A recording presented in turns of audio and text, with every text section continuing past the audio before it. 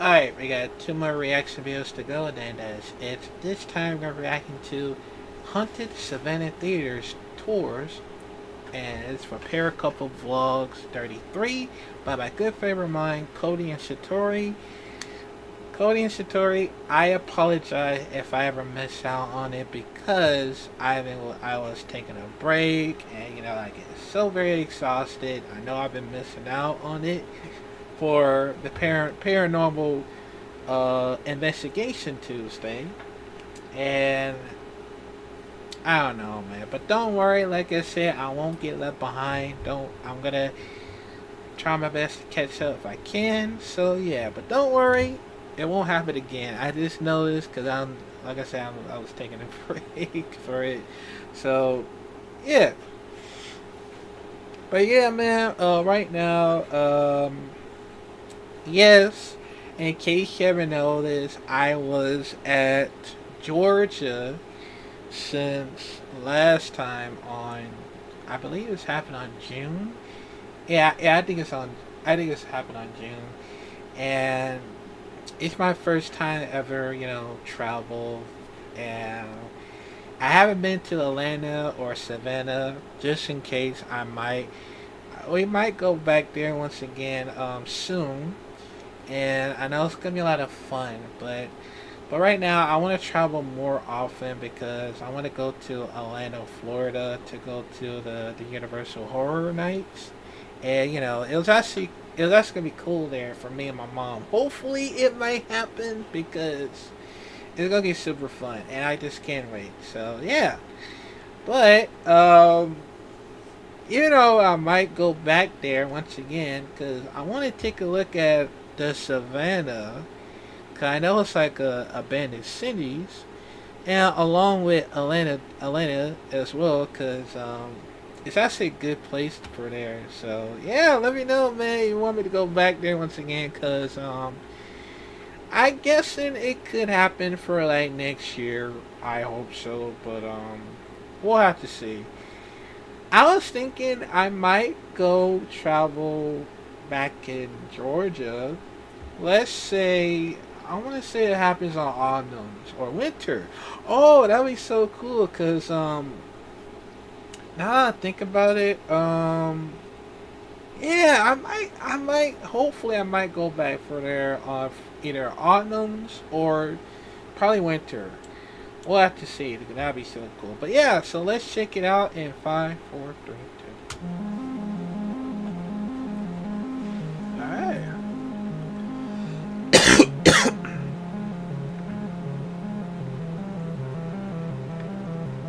Hey, it's Cody. And it's Satori. And welcome back to another video. We are coming to you from Savannah, Georgia. And more specifically, we are in the spot, if anyone's seen the movie Forrest Gump with Tom Hanks, we are in the spot where the bench was.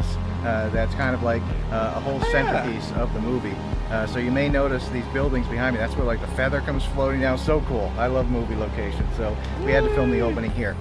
So in this video, we were passing through town here, and we were invited by our good friends Micah and Courtney. We actually met them at the Gettysburg Battlefield Bash, and they invited us to come down. They said if we're ever in the area, let them know. So we let them know, and they invited us to come check out the old Savannah Theater. And they gave us a little tour. They did, so get ready to watch that. Also, stay tuned because we might be doing an investigation with them in the future. All right. So let us know your thoughts in the comments. All right, let's go. Okay. All right, so thank you so much for being here with us. Just for our viewers' sake, can you say your names and the team that you run? Of course. My name's Courtney Knight. And my name is Micah Watkins. And just us two, we're Ghost Coast Paranormal. That's awesome. Thank you so much. Thank you for giving us the ability to come here and check out this amazing theater. It's already gorgeous from what I can see. Would it be all right if you guys walk us around, tell us some stories, some claims, some history? Absolutely. We Let's would go. love to. All right. All right, so you guys, if you know nothing about this place is super cool, right? Okay. Yeah. This place has been here forever.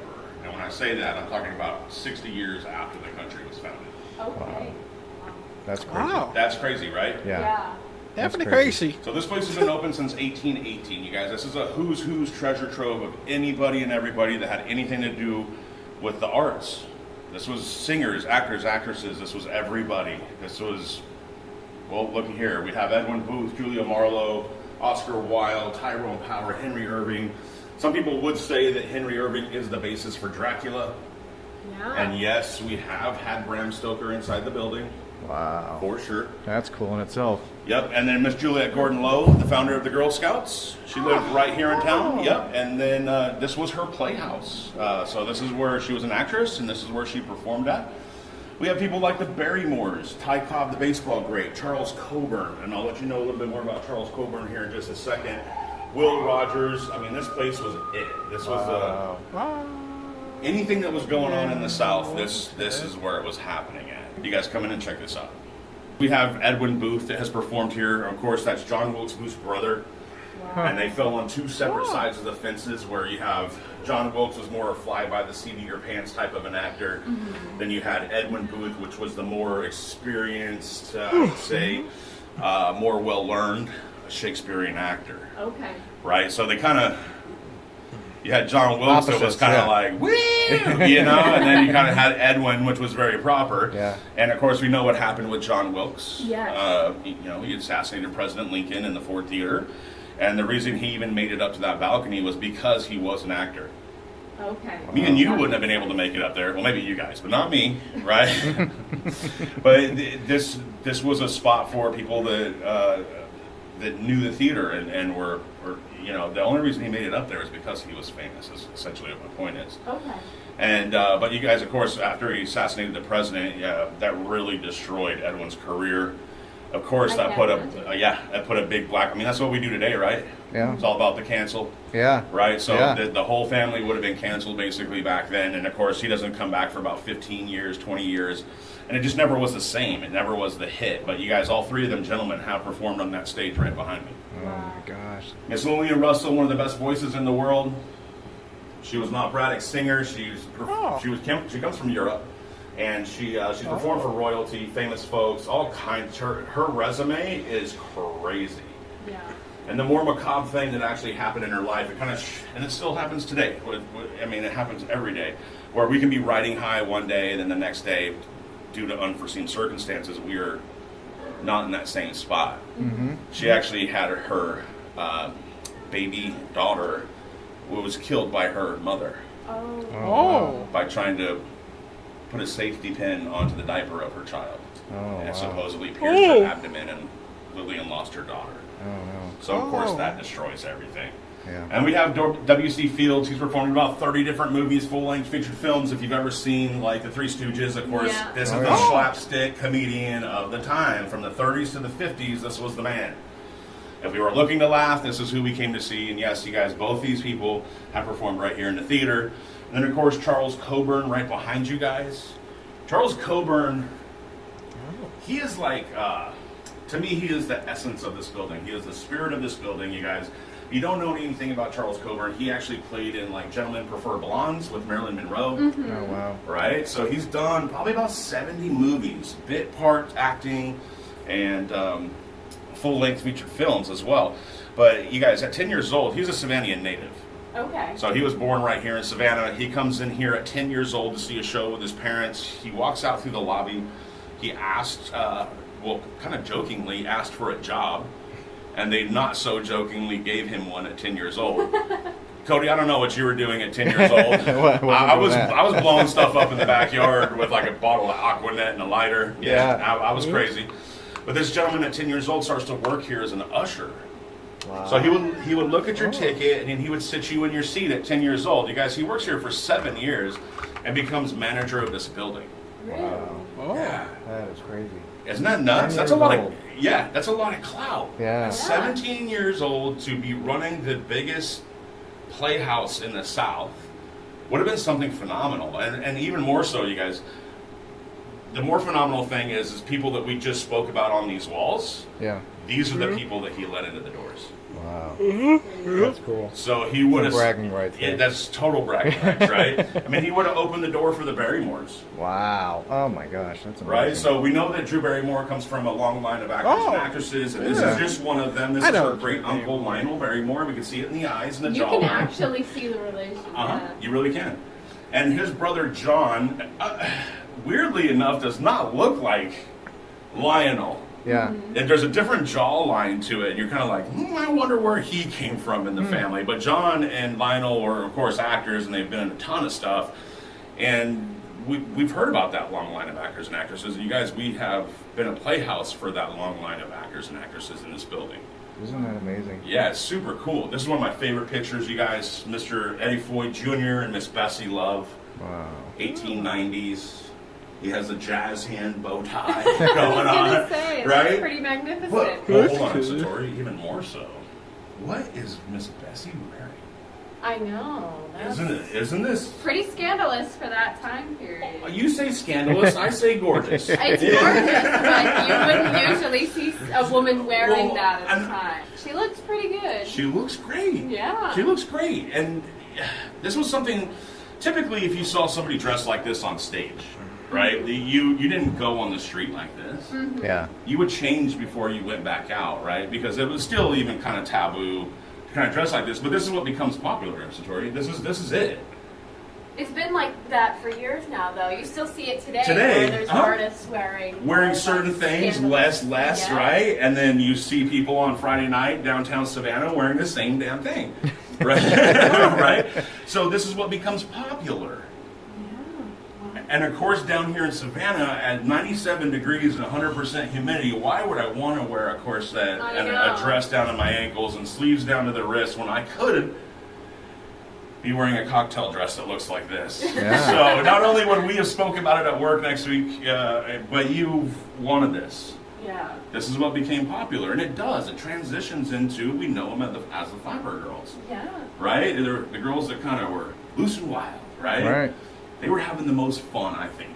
Yeah. They were just liberating themselves. Women, because come on, since the beginning of time, women have been fighting for their own rights. Mm-hmm. Right? So this is a time where women can don a different type of clothing, feel a little bit more liberated, feel comfortable in their own skin. Oh, she looks very happy. Well, look at the smile. Mm-hmm. In the 1800s, when we came here, you guys, it was a different scene. Like, we literally would jump up out of our seats and we would hiss at the villain. And we would hooray for the heroes, right? Like, we would get all crazy and we would have a dope time. Yeah. Because we didn't have anything else. Right. You got to remember, in 1818, when this place was built, we wouldn't see electricity for another 70 years. That's crazy. The first time we could flip a switch in this building, of course, was in 1894. But those smiles between Bessie Love and a young Eddie Foy Jr., very handsome gentleman as well on that picture. This was it. This would have, those smiles on stage we would have felt it, Satori. If we were sitting here and we were sitting next to each other, becoming fast friends, we would have been like, oh my God, it looks real. Mm-hmm. You yourself would probably go, they look like they're really in love. Mm-hmm. Right? I mean, it translated to the crowd. I'm just taking this all in. And this is just magnificent. Isn't it beautiful? This is beautiful. And now we're not the oldest theater in the United States. No. I can't take that torch, right? But you guys, the only theater that existed before this one was the Walnut Street Theater in Philadelphia. Mm-hmm. I don't know if you guys have ever been there or not. I have not myself, and I would really like to go there one day. But it opened up in 1808. We opened up in 1818. Now, the Walnut Street Theater has become other things. Through history, they have lost their accreditation in certain parts of time, which did catapult us with the torch of something. Yeah. Which is the longest continually operating theater in the United States. Wow. This is it. Yeah. That is to cool. The Historic Savannah Theater, you guys. That is so cool. That's cool. Now, of course, there's been devastation and things have happened in this building, right? It has. We're no stranger to tragedy.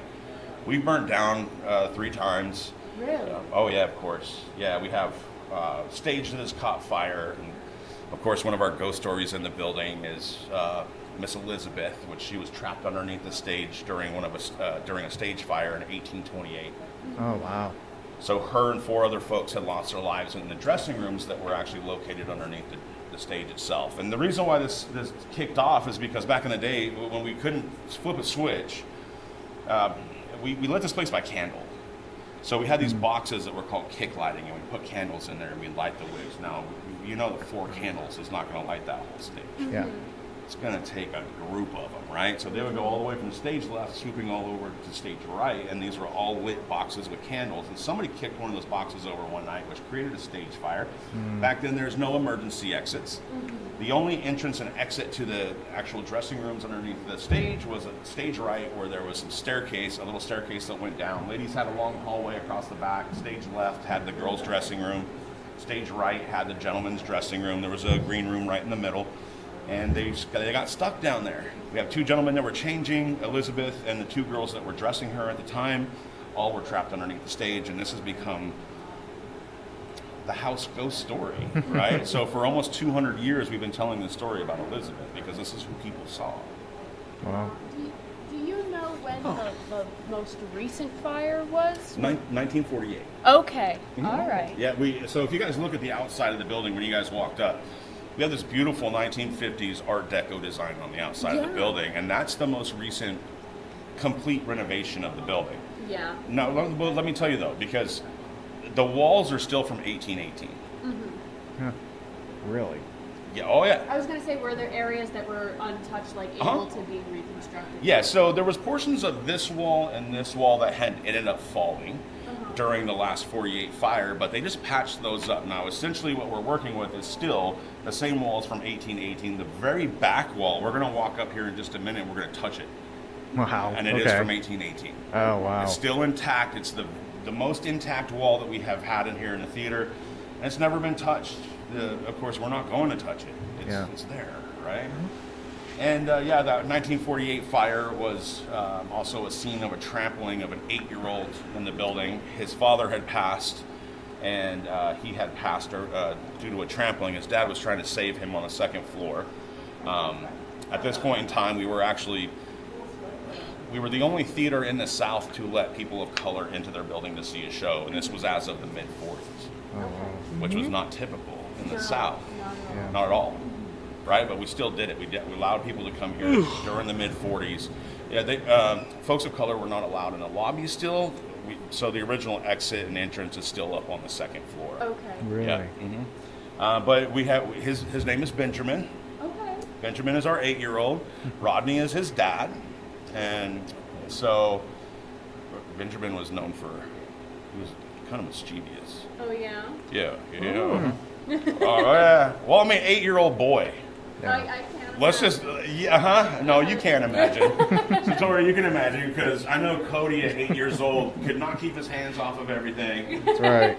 He was I do have nephews. You know what I okay, do then know. you know. I do know a little bit. You know. So, yes, an 8-year-old boy, he would climb underneath the seats and tie gentlemen's shoelaces together. Oh, no. He was known for undoing the bows on the back of dresses and tying them to the back of the seat handles and things like this. So, Benjamin's my dude. Yeah. Yeah.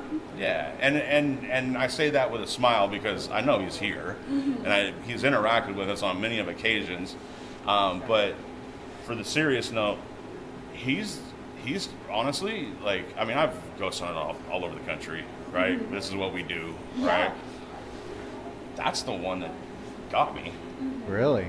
For sure. Oh yeah, for sure. Because I mean, not only because when he was. Okay, so he started working here with his dad, or he was here with his dad from 8 years old, and he was here till he was 10. So he's a 10-year-old boy, and I think me and him kind of hit it off, because whenever I'm like explaining equipment, he'll come down and mess with the equipment that I actually have turned on, showing people. That's cool. And we're like, Ben, can you touch that? Stuff will start to go off.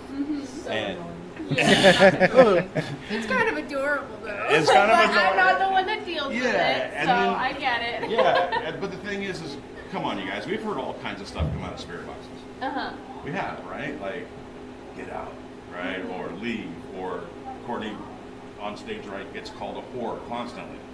I get called an idiot. Things like this. Like, and we'll talk more about him in a minute. But we've heard these things come through the spirit boxes. But when it's a 10-year-old boy, and he's happy, it kind of blows everything that, to me, I wouldn't say the naysayers, but the people who are like, oh, you're chasing demons, you're chasing bad things, this is, you know. It shows not everything's evil. Which is sweet. That's very sweet. Do you see what I'm saying? So it hits way different for me. Like, he's the one that I think about before I go to bed. Like, if a 10-year-old boy can be here, then where are we? Right? It kind of pushes the limit of your thinking a little bit.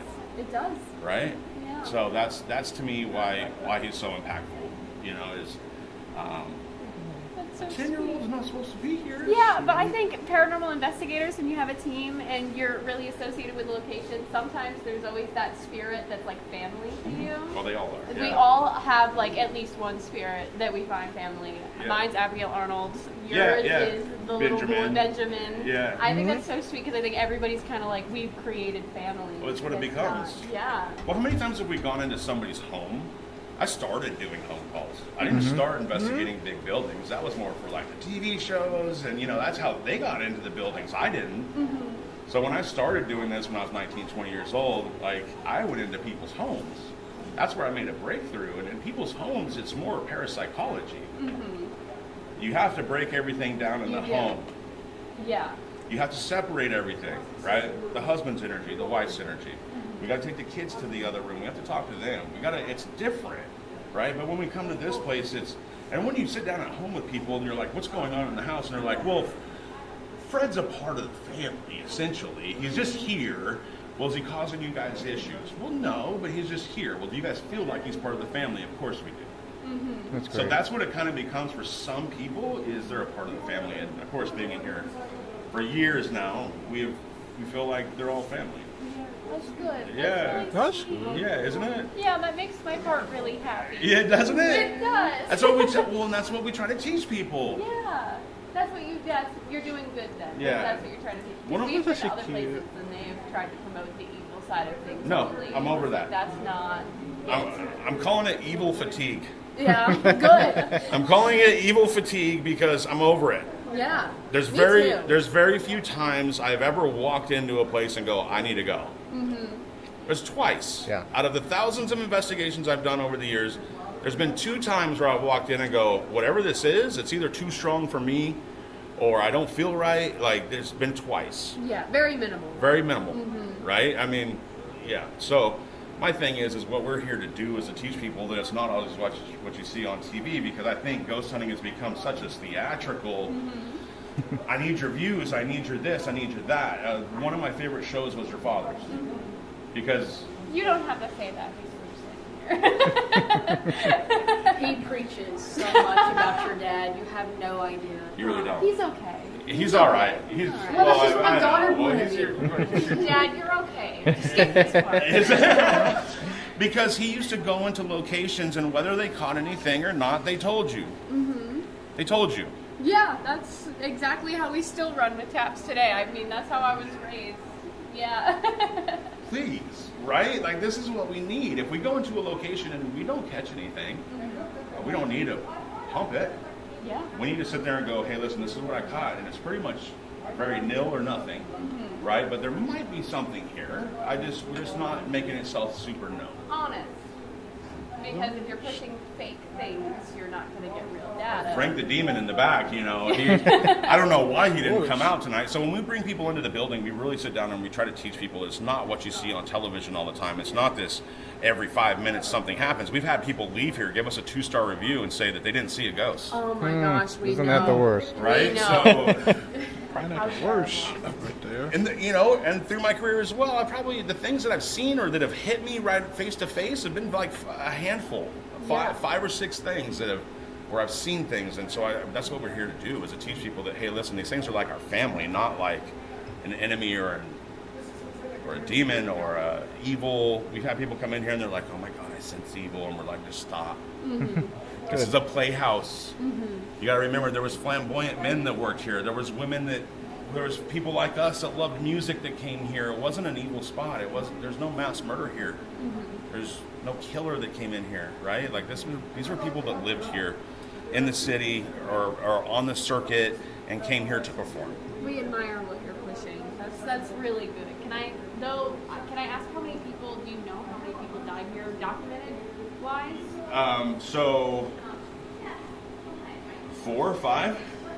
Documented, yeah. Documented. Yeah, documented, yeah. 5? Savannah is highly known for pushing things under the rug and hiding it. Okay. So there's not, just like we tell people, they don't document deaths in a historical building. Okay. They will say won't they pronounce died outside. Okay. outside the building or on a street, more or less inside of a building. Interesting. Yeah. So when That's you're still done sitting there today. looking Very at interesting, history, yeah. it's just like, And then of course Savannah was super bad with history, so there's a lot of stuff that wasn't taken into account. And you got to remember, if we weren't the correct race, we didn't get spoke on. yeah, yeah. That's sad. That You know makes what I'm saying? sense. We But had 2 that's- great that's- fires that have washed away some of the documentations that we have. So, Yeah. So there are stories of lore here, but the investigation. I mean, okay. So let me put it this way: when we first started coming into the building 5 years ago, like we got some names. Like we got Benjamin. We didn't know who the heck Benjamin was. We didn't know if he was older, if he was younger. We didn't know Bob and Bill in our dressing room. And then we actually come to find out that Bob and Bill ran this place for 20 years together. Okay. That's neat. Bobby's name is Bobby Nice. Patterson, and Okay. Bill's name was Bill Stars. William, you prefer His preferred William. See? But if we actually Whoa. come over here, so you can actually see. This is the Wall of Stars, and it's dedicated to the memory of William Stars. Oh yeah, right there. Oh, I love how okay. they still have the character Mhm. in the next life. Like you're like he prefers William. Like you're Yeah, he very does. strict about that. Yeah, he does. He does prefer William, and we've told, because I still say Bill and Bob, Mm-hmm. and he was kind of known as Bill. But we've walked into the dressing room, have a spirit box on in there, and as soon as we walk in, I'm like, Bill and Bob are here, and it goes, it's William. Yeah, I I'm like, okay. So let's take a walk. Let's go check it out. Lead the Alright. way. Yeah, absolutely.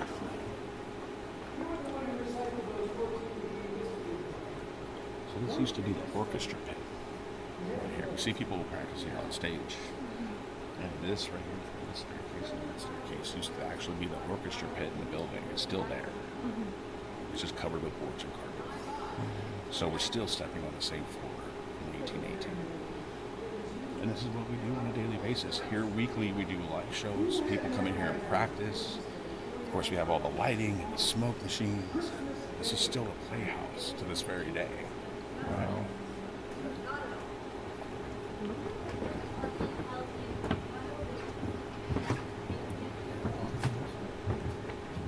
So this is stage right area. This is a quick change area. This is where the staircase would have went down to the dressing rooms underneath. And of course, back in the 1800s, we didn't have emergency exits. Now, later in the 1800s, those became terraces. Oh, okay. Okay, so what essentially would become the fire exits, they were essentially a terrace. So you would be able to walk outside, say for the actors or actress, get some fresh air. They also had terraces for the lobby area, so that's what the two front emergency exits were originally terraces when they added them into the building. Do they have original photos or anything of the theater that might show this? There are some original photos. Yeah. And before we ever do anything big or anything like that, if you guys want to come back and hang out, I'll try to get all that stuff for you. Okay. We have, me and Courtney ourselves, we have newspaper articles and old postcards from, we actually have one from, I think, 1920. And then actually on the back of the card it says, having a blast, getting ready to go out for a tour. Wow. Right? And this is from back in the early 1900s, so we've been telling stories here in Savannah for quite some time. We've also found things from the late 1800s where people are like going out for a tour in the oldest city that we can find. Right? So there are some pictures that are out there. Yes, they're on the wall that we were showing. I was showing you some of the actors and actresses. There is pictures of what this place used to look I'll like. have Yeah. to look. I Cool. wasn't looking. I got already caught up in the views. So Now, in this one we have, now this one's a spot of lore. Okay. It has been, it's lore that has kind of been validated. Okay. Interesting. So we didn't know what we had back here. I just knew that his name was Steven. Steve or Steven. That's the name that I kept getting back here. Recordings, spirit box, because you got to understand, when we rigged this building up for people to do the tour, right there I have a portal. I literally have a portal that sits right here. Okay. We got REM pods that'll sit here on a table or something of that sort. We'll have trigger plates and trigger objects for you in here. Like we rig it up to where you don't have to do anything. You just go from room to room. Okay. Wow. So when I started coming in here, of course, we started getting the name Steve or Steven. Wow. And didn't know who he was or what the deal was. Me and John, one of the old owners of our old company, we walked in here one night and he goes, what did you do it with? Or how did it happen? And it said rope. Okay. That's all we got. So we didn't really know what was going on. And then we had a psychic come in and she goes, well, who's the guy that's the catwalk operator? And I was like, what? And she goes, his name's Steve or Steven. Oh, wow. And I go, holy crap, right? Wow. And she goes, well, I don't know if it was on purpose or an accident or if you got caught in the rigging, but he's showing me basically rope from the catwalk and being caught in it. Ooh. And so I was like, time frame, and she said early 90s of the 1900s, right? Okay. My teenage years, right? That's a good time. But in the early 90s, and and so we ended up having a couple come, and he goes, you know what? He goes, that's crazy, because I tell people this is what we found, and we tell people, we try to be honest, right? And he goes, you know what's crazy? He goes, my parents graduated in like 92, 93 from SCAD. Because we believe that he might have been going to like a school. And he calls the parents from the lobby and he says, hey, did you guys ever have like a Steve or a Steven that committed suicide while you were in class? And they said, yeah, absolutely. We actually had a gentleman named Steven that was your dad's good friend that actually committed suicide. And nobody would say where it was. Okay. Now, if we can relate these two stories, I don't know, but it kind of makes sense that maybe he was going to school, he was working here part-time. I have asked Steven, what was it? Like, what it... So, I come back here and I try to get, I've been in that situation, right, where I wasn't the happiest, and I was thinking about certain things, right, and I was like, so I got in that mode. I got kind of emotional about it. I came back here and I'm like, Steven, dude, like, talk to me. Like, what was it? What happened? And he says girlfriend. So I believe it was a girl that was kind of the straw that broke the back, right? So Steven is quite mouthy.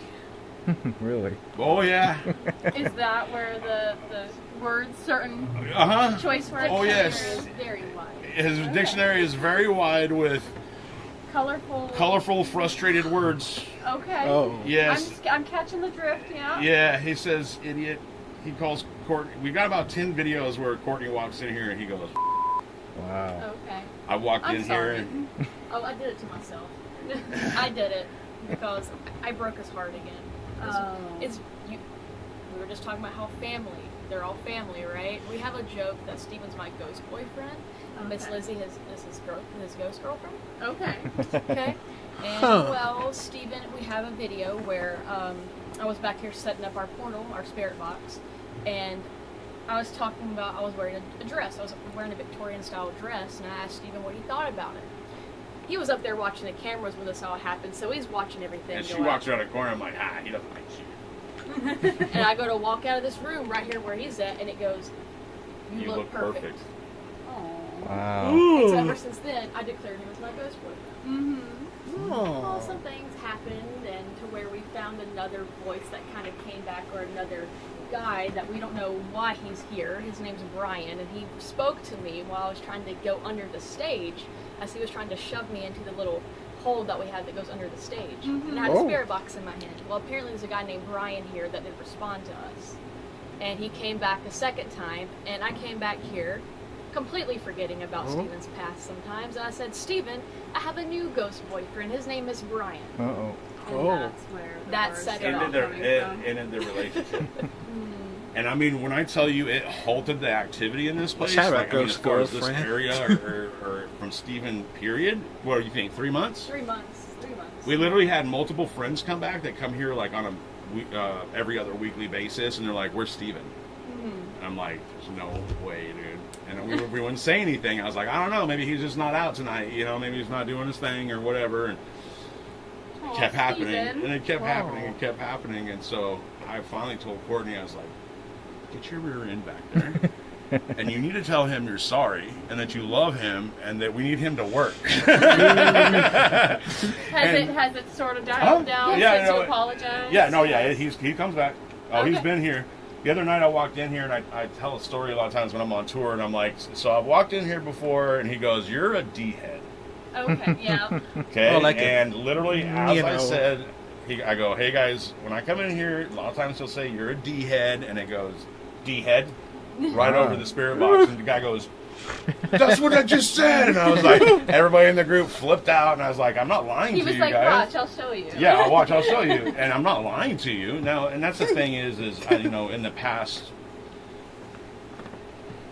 in the past like year, I've really, because I was all a factual type person myself, but I think we also got to remember that there's stories.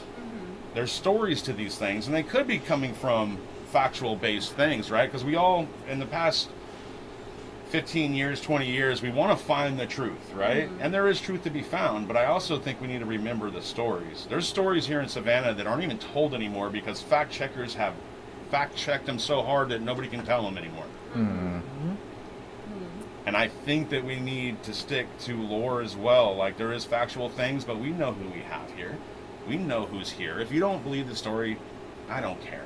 Yeah, there's going to be some things you just can't prove. To an extent that people are okay with. And also, I think telling stories and lore can act as like a tulpa, ultimately. Like, it can create energy. It can create haunting. Well, either that or do we do it? Because Like, we're manifesting that. if we want to get into that, yeah, I know people right now that are running experience about manifestation, and they have it on it's scientifically documented now, like how they're doing this and how each week they're pumping this thing full of energy about this story that they created, and they're basically going to go around the country and be like, here's the box. Yeah. See what you get from it. See if it's something that we can actually manifest or create. Is it something that over the past 200 years that we've manifested and created? Interesting. I believe it's possible. I believe it's possible. If you put enough time and energy into Steven, what is that going to do? I think we pump him with enough energy, like a PK manifestation or some kind of poltergeist. You know, can we create that by everybody talking about it for the past 30, 40 years? Yeah. So, and the thing is I think there's an art to storytelling, and I think that we need to really remember that there's an art to storytelling and there's an art to the stories, and that's how we always got stories. We didn't always write things down, so that's why I love this place. Is you don't have to believe the stories, just wait. just wait and see what happens. Yeah. No, this is the wall from 1818, you guys. Wow. Oh, wow. So this wall still, of course, has soot from the 48 fire. Yeah, I see the dark spots. Wow. So this has not been touched ever since. This has stayed where it was at. Oh. That's so cool.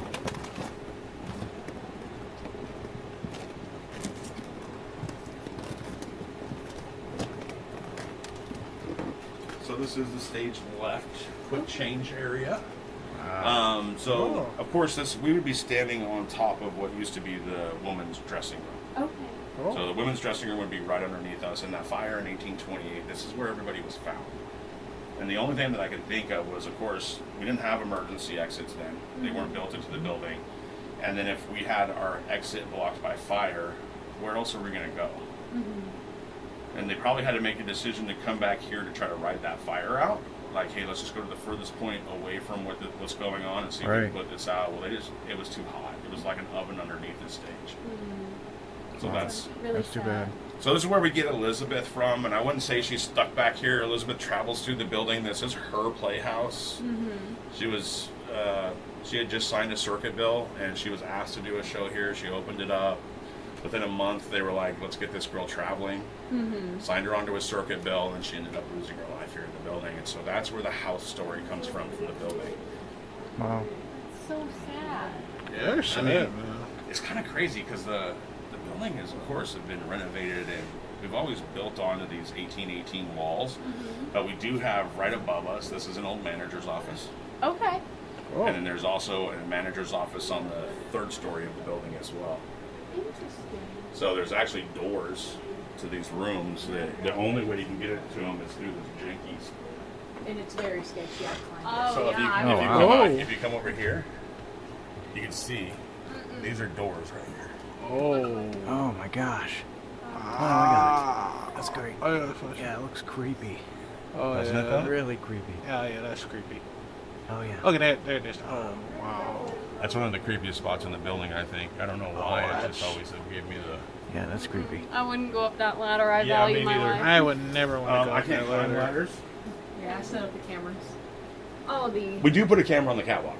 all the Oh, high really? poles. Yeah, because we tell people they can't climb the ladder, and if I was coming here on tour, I'd be like, well, then show me up there. Show me there. Yeah. So I know that one of you are hiding there. Good. Right? Oh yeah. So, did you willingly climb the ladder? I did. Okay. Oh, you I actually wanted to explore every nook and cranny of this building to see what type of history lies in between it. That's cool. So I have climbed that ladder and gotten to those 2 doors of the manager's Good. office. I'm glad they didn't just go, hey, you're the smallest and easiest to climb Yeah. the ladder. Well, Like, okay, just there was go. one point one of the managers of this building was like, "Hey, I found a little hidey hole up in the projection Go down booth. Can the ghost people do it?" And so Well. she told me about it, and I actually found who was the Jimmy Carter Jimmy. recently left, who recently lost, right? Yeah. And it was kind of weird because the day before that happened, no, it was the day after Yeah. Jimmy Carter passed. Yeah. I climbed up into the little hidey hole in the projection room, and I found old newspaper articles stating his inauguration. Oh wow. That's cool. Yeah, it's pretty And neat. it was burnt. Oh. Yeah, it's So pretty we neat. do have those at the house, which is kind of See, that's what I'm saying. There has been things that have been found here that do put history to the building.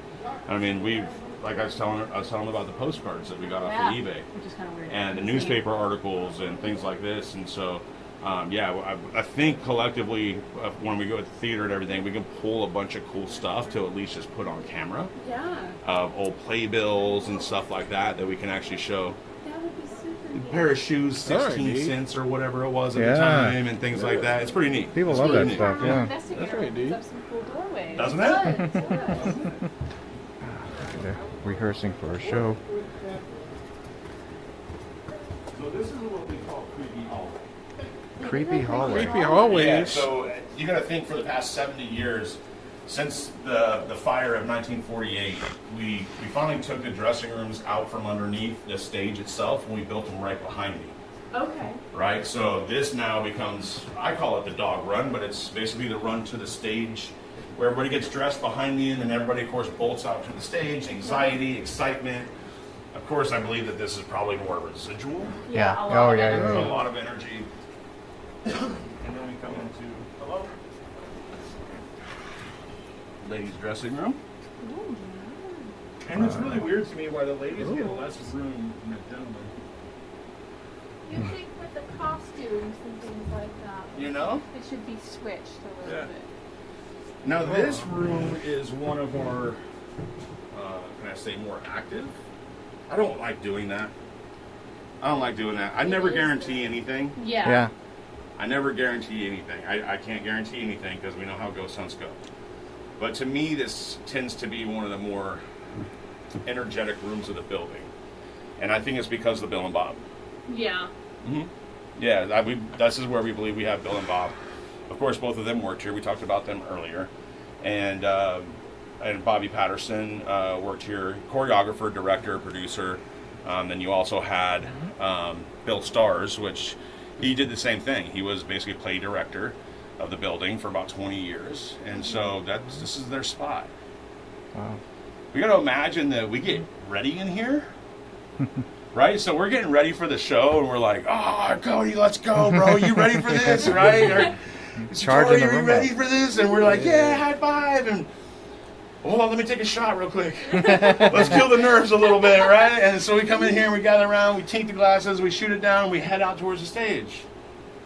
And we get out there and we perform because all we want to do is just have it done already.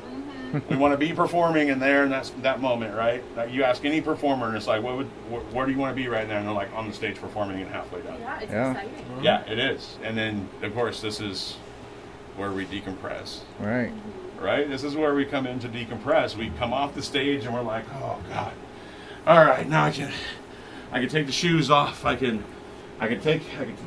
rest for a minute. Or even in between, just the breaks in between the sets. This is where we come to hang out, to chill out. This is it. I've walked in here on many occasions in adult shows, and there'd be White Claws, sitting on the countertops. And this is what we do. That sounds pretty cool. You know what I'm saying? pretty So cool. this is it. This is the decompression. This is the excitement when it happens. So I think it does energetically have a little bit more to it, because this is where we all get stoked. This is where we get excited. We get Big time, yeah. nervous, and then we head out to the stage, and boom. Yeah. This is cool. Thank you for taking us back here. Yeah, absolutely. Well, we're not just going to show it to you halfway and be like, well, here it is. Oh, this is super cool. Right? You guys want to go upstairs? There's an upstairs. Oh, yeah, for sure. Yeah, Sure, of you course we lead do. the way. This Let's is go. this is your place. All right. Follow me. All right, we're going upstairs. Oh, Wow. I remember that. I remember when it looks like this. This used to be way longer. I Really? remember Yeah, so watching it at the... In the 50s, of course, when we rebuilt after I think it Benjamin's was, fire. Opera We shortened it House. up. But this used to go about 3/4 of the way into the auditorium. Oh, wow. Would have had a big U cut in the middle of it. Had seating on both sides. And, yeah, we would have had third-story balcony seating as well. Wow. Isn't it gorgeous? Oh, yeah. So this is Alexander Telfair's building. Alexander Telfair, governor in Georgia, early 1800s, settles here in Savannah. If you guys wanted to leave here and go down to Telfair Square, you're going to find his mansion. You're going to find his museum as well. Wow, okay. Whoa. But this is his theater. Wow. It's amazing. Oh. You know what's even more amazing is a gentleman named William J. built this place in 9 months. 9 months. 9 Back months. then, that is fast. Yeah, we can't even get a permit nowadays that fast, Cody, right? Honestly. You can get the permit, the stuff to build. You can't do anything in 9 months. It took me 3 years to build my house Oh my gosh. during COVID, That is right? crazy. So we can only imagine. And then it's still standing here 207 years later. Yeah. Built in the lab. That's the remarkable part. It took 9 months to build, and it stands 207 years later. Now this is where Rodney would have ran while this place was on fire. He would have ran over here to try to find Benjamin. Benjamin was actually trampled in the staircase behind me by adults. No. We've never been in that situation. You don't know what I'm talking about. But I was actually in the situation in the Fillmore Theater in San Francisco, and there was a pyrotechnic issue, and there was one door in and one door out, and let me tell you, it was complete insanity. I've never seen anything like it in my life, and it was completely terrifying. So much so that me and my buddy had to go to the hospital for anxiety. I bet. It was that bad, right? I'd never seen anything like it. So I bet. you can only imagine that the staircase would have been full of people in panic. Ooh, warm. Oh yeah. Just go out to the street? Is that what? Yes, so this was the original segregated entrance and exit, so this would have exited right on the street, basically. Oh. But you can see here, we got toys for Ben. He loves red cars. So we got a bunch of toys for him. He has his own piggy bank. People leave him money. Oh. Yep. Oh, maybe we should give him something, Yeah. something for his bank here. Yeah, we should. I hope everybody treats him kindly. Yeah, and that's what we make sure of, honestly. Good. All right. Let's see what I got here. All Yeah, right. leave him some coins. Get a candy bar. All right, Benjamin. People left candy in here. Yeah, I'm like, oh, I why? can't imagine when it Why smells. would you do that There you to go. us?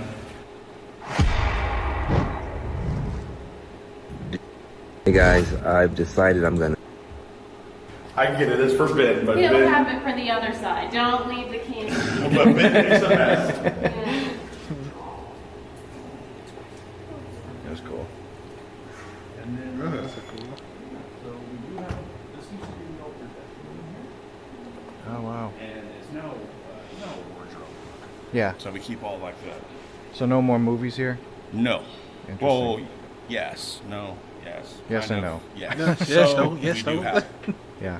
We're actually, me and Courtney are going to try to spearhead next year, or within this next year. We wanted to get the Macabre Con over with, but we wanted to spearhead this year actually doing movies here because we have a screen that literally takes up the whole stage. Wow. There is a HD projector here, so we actually are going to do movies. We're going to do The Conjuring and have, hopefully you guys come with Andrea. That'd be cool. And play Yeah, the I'm down. movies and then actually sit down and have a conversation because you guys ran the place, right? You Yeah. guys were Yeah. there all the time. Yeah. Right, so I want you there as well, and it's something that we can do things like this. We can play movies and then have people here to actually talk about it, or even on Friday the 13th, play Friday the 13th. Yeah, That of course. You know what I mean? horror movie night, yeah. So that's something that we Some thought of the about. classic horror movies, I would definitely come You to could see do that. horror movies, get people scared, and then be like, all right, we're going to go investigate. Yeah, exactly, exactly. That's what I'm talking about. Get them all freaked out. Lights off. Yeah, Right? there you go. Yeah, that's the best part about when we come in here at night is everything's off. We turn everything off to where you're in the, I wouldn't say complete darkness. There is some ambient light from our laser grids and stuff Just like enough this. to change the vibe for people. Yes. And people come in and I go, the first thing I tell them is like, all right, you guys, if you thought you were going to come here and see a ghost hunter investigate for you, no pun intended, but you're dead wrong. And people just go, Oh, great. what? Huh? And I was like, yeah, did you think you're going to come here and watch me investigate? No, I'm going to watch you're you doing it. investigate. That's right. So here's the equipment.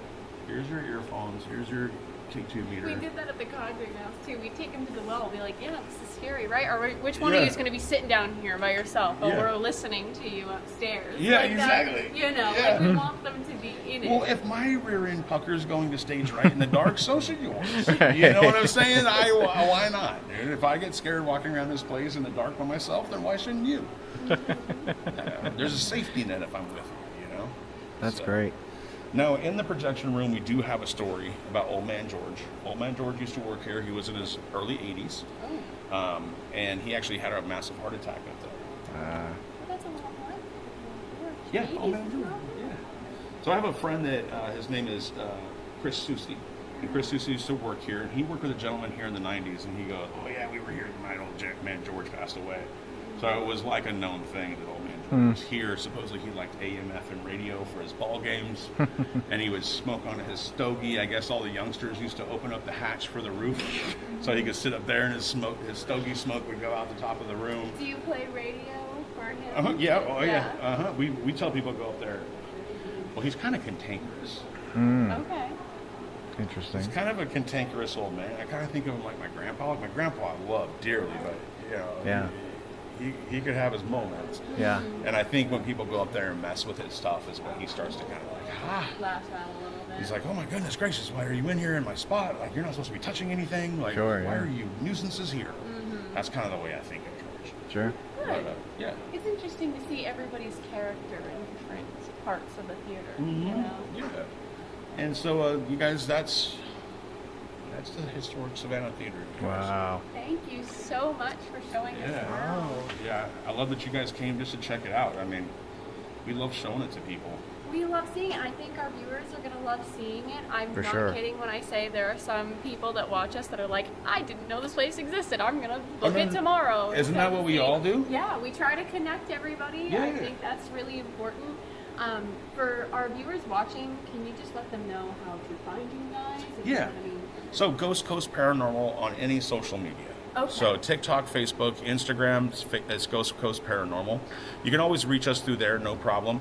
You can also book a ticket through the Historic Savannah Theater website. Okay. So, just go straight on there, and it actually is the first thing that pops up, and it says Paranormal Investigation. You can book there. If it's somebody that has been here before, we never charge you full price if you have been here. So, if you're a returning customer, we cut you a break. So get a hold of me and Courtney specifically, and we'll make sure that you guys get that price break. And then, where else? We do our live investigations. Oh, yeah, so we do YouTube live every, investigations. Every night we go live, Wow. which you've been I a part have. of. You- I've randomly scrolled on Yep. TikTok sometimes, Yeah. and it'll be like live from Old Savannah Theater. Yeah. I'm like, I'm just gonna troll the chat a little Yeah. bit and see what they're doing. So yes, that's definitely one way to find you guys, because that's how I did. And if all else fails, just contact us on any of our social media platforms, because Courtney is on that stuff 24/7 every day. Me, not so much. I'm like, She's gotten back to me so fast when I emailed, I will say, and I feel bad because I probably should have texted, but I'm like trying to get connection, and as soon as I send an email, it's like a response within an hour. I'm like, wow, she's on it. That's what I'm telling you. Me, it would be a week. I'm that way. You know what I'm saying? Like, I would be like, He doesn't message me back. she would have to go, did you message them back? And I'll be like, no, I'll do it right now. That's Tech me. savvy, I gotta stay on it. Yeah. She is on top of the game for sure. So. All right, and that is it. The Savannah Theater is really a beautiful place. We really enjoyed our time there, although it was short. We learned a bunch of history and some ghost stories, which is really cool. Make sure you check the description down below to find the links on where you can book a ticket to one of their investigations or to get a tour. Micah and Courtney are awesome, and they run some pretty cool events too. So definitely check them out. Check out Savannah, and let us know if you come and visit. Tell them that Cody and Satori sent you. All right, good night. Bye. I ain't gonna lie though, it looks like a very beautiful theaters. I remember when I was in 10th grade, I was in Oak Park High School, and it looks like this from the theaters because it's for like performing and stuff. And I ain't gonna lie though, it looks actually amazing seeing this because, I mean, seeing like that, I just thought about it because I haven't been somewhere during it. I was at Georgia. I would like to go back there once again and see Savannah and Atlanta as well because I know it's a lot of fun thing I need to do because but it looks actually an amazing place right there in Haunted Theaters. Shout out to Code Ghost Paranormal. I might subscribe to them. Hopefully I might find it. But yeah, man, but let me know what y'all think about it, man, and comment down below what you think about it, and I'll see you next video.